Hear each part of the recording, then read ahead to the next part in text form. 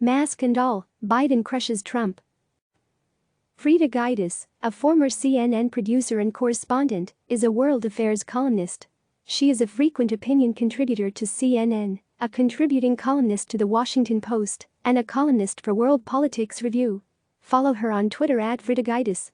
The opinions expressed in this commentary are those of the author. Read more opinion on CNN. He's a fool, an absolute fool, former Vice President Joe Biden said of President Donald Trump's refusal to wear a face mask. Every doc in the world is saying you should wear a mask when you're in a crowd. Biden, the presumptive Democratic nominee, didn't raise his voice and smiled often. But he pulled no punches. Presidents, he said, are supposed to lead, not engage in folly, and be falsely masculine. It was Biden's first in-person interview since the pandemic forced him off the campaign trail 2 months ago, and CNN aired it moments after Trump gave another one of his bizarre, conspiracy-laden, self-aggrandizing presentations on the White House grounds. The two performances had much in common, both outdoors, on a beautiful late spring day, both candidates campaigning, dressed the part. But the content, in case anyone forgot, was a reminder of how different the two men are.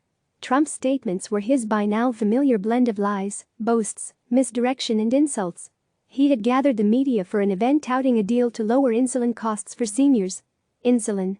So many people. So necessary, he said, straying from his prepared text with chopped sentence fragments and nonsensical musings. I don't use insulin. Should I be? Huh? I never thought about it. Older voters are telling pollsters they prefer Biden, so that's no doubt why Trump declared, "We love our seniors," and claimed he will always protect medical coverage for pre-existing conditions even as his administration is in court trying to do away with Obamacare, the program that at long last expanded Americans' access to health insurance. The president repeated his latest vile distraction. He again promoted the thoroughly unfounded claim that MSNBC's Joe Scarborough, a former Republican congressman who is fiercely critical of him, may have been involved in the death of an aide in his Florida office 19 years ago. The death of the woman, who had a heart condition, was ruled an accident. On the same day the widower of the woman pleaded for an end to the use of his dead wife's memory for political gains, Trump unapologetically did it again. Very suspicious, he said. It was another shameful performance, the kind Americans have been observing for more than 3 years. The kind that has put Biden ahead in the polls, which is possibly the reason Trump again claimed, falsely, that mail-in ballots would lead to large-scale fraud. Without mail-in ballots, millions of Americans afraid of possible infection at polling stations in the midst of a pandemic may not feel able to vote in November. Trump attacked the media, Sleepy Joe, and gushed about what a great job he's done fighting the pandemic, that on his watch has killed almost 100,000 Americans. It would have been many times worse, he bragged, if he hadn't done such a great job. But the president's approach to the pandemic is a chaotic mess of contradictions. After retweeting a post from a Fox News personality mocking Biden for wearing a face mask at a Memorial Day event, Trump this time disparaged a reporter who asked about it. Trump told the reporter to take off his mask for the follow-up question. The reporter said he would keep it on and speak louder instead. Okay, good, Trump sniffed. You want to be politically correct. Doctors and federal guidelines urge Americans to wear masks. The president refuses to do it and mocks those who do. Biden was asked if wearing a mask is a sign of weakness or strength. He said it's a sign of leadership. A president's got to lead by example, he told CNN's Dana Bash. This macho stuff is costing people's lives. Bash and Biden were sitting 12 feet apart.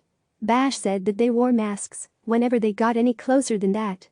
Biden punched hard at Trump, but the former vice president also did a credible job of acknowledging his mistakes.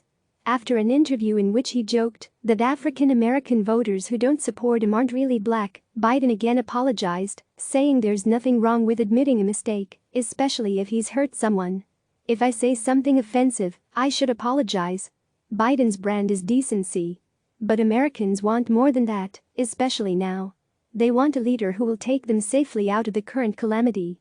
We need to reopen the economy smartly, he said. We cannot separate economic well-being from health. There are ways to reopen rationally to put people in a position where they don't have to risk their lives to make a living.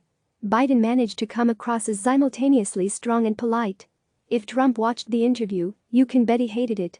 All those references to his phony masculinity, to his lies, to his foolishness, hit the mark. Let's see how Trump vents on Twitter. Biden was smiling, but he raised the temperature in the race. Voters who watched both events saw the contrast, almost side by side. If you liked one of them, you couldn't possibly like the other. Click subscribe to receive the latest news.